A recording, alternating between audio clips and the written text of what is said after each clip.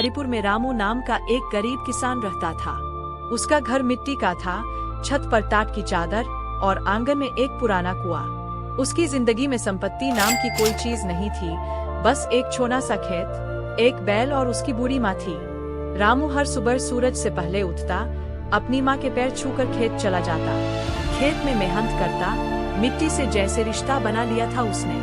बारिश कम होती, नहरें सूखी रहती, पर रामू की उम्मीद कभी सूखती नहीं थी। गांव के लोग अक्सर कहते, रामू इतना क्यों जूझता है, न बीज ठीक से अंकुरित होते हैं, न पानी है, बेच दे जमीन और शहर चला जा। पर रामू बस मुस्कुरा देता, ये खेत मेरे पिता की निशानी है, इसे छोड़ना मेरे बस की बात नहीं। एक दिन का मोड़। एक साल बारिश बिल्कुल नहीं हुई, कुएं का पानी सूख चुका था, बैल कमजोर हो गया था और खेत सूखा पड़ा था। रामू बहुत परेशान हुआ।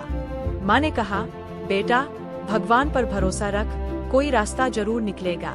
रामू उसी रात खेत में बैठा, आंखें आसमान की ओर किए बस यही बोलता रहा, हे भगवान मेरी फसल को बचा लो, बस एक बार पानी भेज दो। अगली सुबह रामू ने देखा कि आकाश में बादल मंडरा रहे हैं। उसकी आंखें भर आई।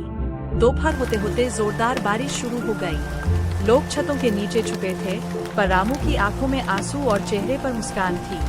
वह भीगता रहा, जैसे हर बूंद उसे जीवन दे रही हो। फसल और उम्मीद। बारिश ने खेतों में हरियाली ला दी। रामू ने बीज दोबारा बोए और पूरे मन से मेहनत की। महीनों की तपस्या के बाद फसल लहलहाई। गेहूं की बालियां हवा में झूमती, जैसे किसान की मेहनत पर गर्व कर रही हो।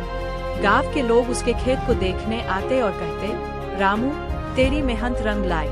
सच में भगवान मेहनत करने वालों का साथ देता है। अंत में रामू ने अपनी फसल बेची, कुछ पैसे जोड़े और घर की मरम्मत करवाई। माँ के लिए दवाई और नए कपड़े लाया, बैल के लिए चारा और खुद के लिए एक नई धोती। उसने गांव के बच्चों को मुफ्त में बीज भी बांटे और कहा, जो मेहनत करेगा उसे कभी भूखा नहीं सोना पड़ेगा। रामू अब भी गरीब था, पर उसकी आत्मा अमीर थी, क्योंकि उसके पास उम्मीद थी।